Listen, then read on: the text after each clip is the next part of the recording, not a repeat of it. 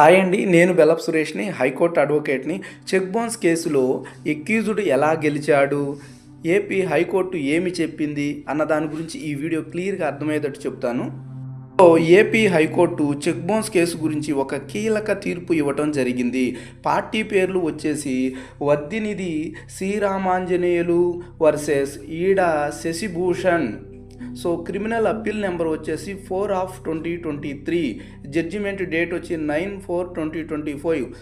ఈ తీర్పు అక్యూజ్డ్ అంటే ముద్దాయికి అనుకూలమైన జడ్జిమెంటు. ఈ తీర్పు 2026లో కూడా ఫ్రీక్వెంట్లీ రిలైడ్ జడ్జిమెంటుగా ఉపయోగపడుతుంది.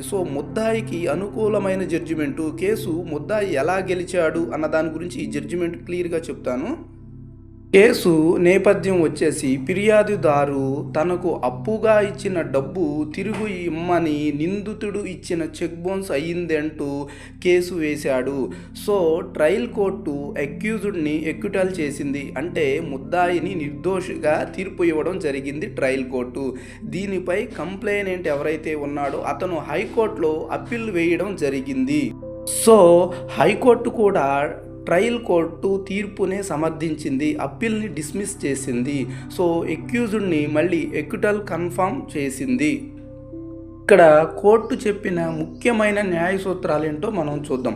కేవలం చెక్కు మెమో, బ్యాంక్ మెమో ఉంటే సరిపోవు. చెక్కు ఉండాలి, బౌన్స్ కావాలి, కానీ అంతే సరిపోదు. తప్పనిసరిగా నిరూపించాల్సింది. అంటే ఇక్కడ మెయిన్ పాయింట్స్ చూడండి. లీగల్లీ ఎన్ఫోర్స్బుల్ డెట్ అంటారు.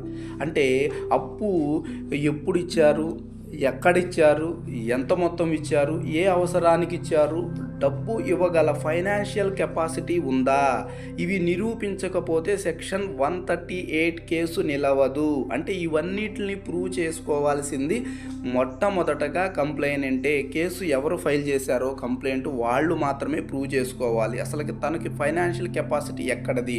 ఇప్పుడు ఫర్ ఎగ్జాంపుల్ 3 lakhs రూపీస్ ముద్దాయికి ఇచ్చాడు అంటే ఆ 3 lakhs రూపీస్ అతనికి ఎక్కడి నుంచి వచ్చినాయి, ఎలా వచ్చినాయి, ఎప్పుడు వచ్చినాయి అన్న క్వశ్చన్స్ని అతను ప్రూవ్ చేసుకోవాలి. కోర్టు అడిగే క్వశ్చన్స్ ఇవే.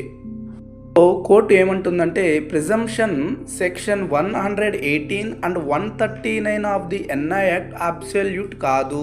ఎక్యూజ్డ్ ఒక ప్రాబబుల్లీ డిఫెన్స్ చూపిస్తే బర్డెన్ మళ్ళీ కంప్లైనెంట్ మీదకే వస్తుంది అని దీని అర్థం. లీగల్ నోటీసులో స్పష్టత లేకపోతే కేసు బలహీనమవుతుంది. నోటీసులో అప్పు వివరాలు లేకపోవడం కంప్లైనెంట్కి మైనస్ అయింది ఈ కేసులో. తీర్పు సారాంశం ఏంటంటే చెక్ బౌన్స్ కేసులో గెలవాలంటే లీగల్ ఎన్ఫోర్స్బుల్ డెట్ స్పష్టంగా నిరూపించాలి, లేకపోతే ఎక్యూజ్డ్ ఎక్విటల్ కన్ఫర్మ్. ఎక్యూజ్డ్ ఈ విధంగా ఈ కేసులో గెలవడం జరిగింది. ఇలాంటి తాజా కోర్టు తీర్పులు కావాలంటే like and subscribe. Thank you so much.